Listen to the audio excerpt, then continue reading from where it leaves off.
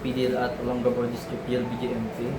And ang tinok ko po yung digital literacy na offered po ng welfare development section din.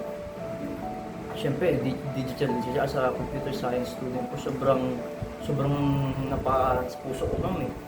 Kasi as a 1 year, in 1 year, 5 months nakahawak ulit po ako. Siyempre po, na-blank po, wala na po ulit alam. Ang nangyari po is naging refresher po siya. Kasi back to basics po ulit. Siyempre po, ang dami ko nang na-miss, ang dami ko nang masyadong nakukulang po. Then yun nga po, tinakal po namin yung sa unang-una po sa mga software, which is yung Word, Microsoft Word, Microsoft PowerPoint, and Microsoft Excel. Yung pa sa Microsoft Word is actually funny po. Kasi yung iba po, may mga parts po doon na nakalimutan ko, nagulat po ako, uy, may ganun pala. May mga ganung feature, may mga ganun, uy, nakalimutan ko na yun na, parang naiwanan na po ako.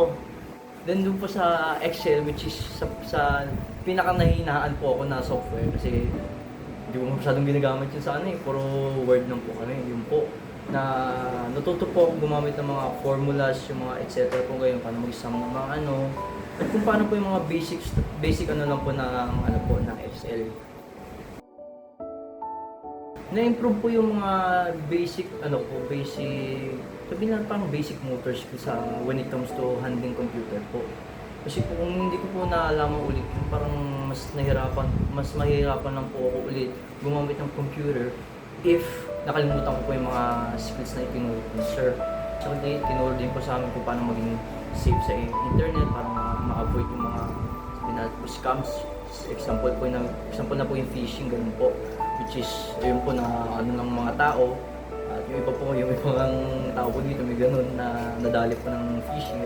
Challenges I faced during the while participating is the struggle of or yung limited lang po yung yung computer po nandun po yung unfairness na hindi po ako nakagamit ganun po.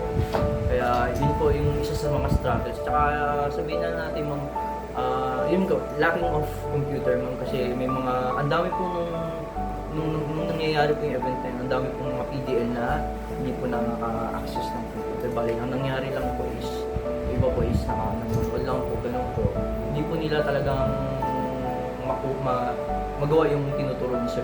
I'm encouraging people to join digital literacy po. Kahit na po dun sa sabihin natin nakapagtrabaho na po, ganun. Kasi mas mapapadali po yung buhay nila pag naalaman po nila yung basics when it comes to handling a computer po. At saka yung mga dapat gawin po, mga dapat iwasan po. At saka hindi pa po nakakaalam or yung less lang po yung knowledge sa computer is hinihingkayat po sila para kasi po at our age po, kasi nasa na po tayo nasa IT era na po tayo Mas magandang may basic knowledge po tayo para kung sakali lang po kung mag-apply po sila ng trabaho is may basic na po silang alam, hindi na po sila mahihirapan o yun po para mas mapadali lang po yung mga working po nila, yun po.